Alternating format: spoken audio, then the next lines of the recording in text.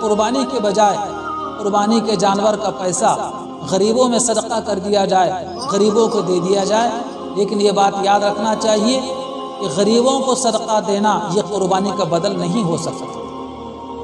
پیغمبر اسلام صلی اللہ علیہ وسلم کا یہ فرمان میں آپ کے سامنے رکھوں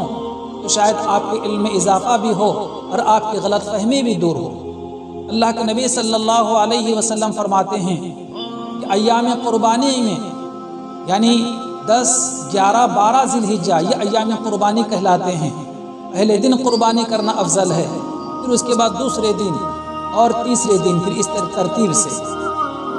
کہ ان 3 دنوں کے اندر کوئی مسلمان سونا اور چاندی غریبوں میں صدقہ کر رہا ہو اور کوئی ایک مسلمان قربانی کر رہا ہو تو یہ قربانی والا عمل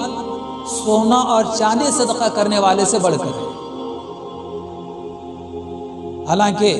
ایک بکرا، ایک دمبا ہمارا 5,000 سے لے کر 10,000 تک کا ہوگا، اور کوئی آدمی کسی غریب کو 1-1 تولہ سونا یا 1-1 تولہ چاندی دے رہا ہوگا، لیکن پھر بھی 1-1 تولہ سونا اور چاندی صدقہ کرنے سے بڑھ کر قربانی کرنا یہ عمل اس سے بڑا ہوتا ہے۔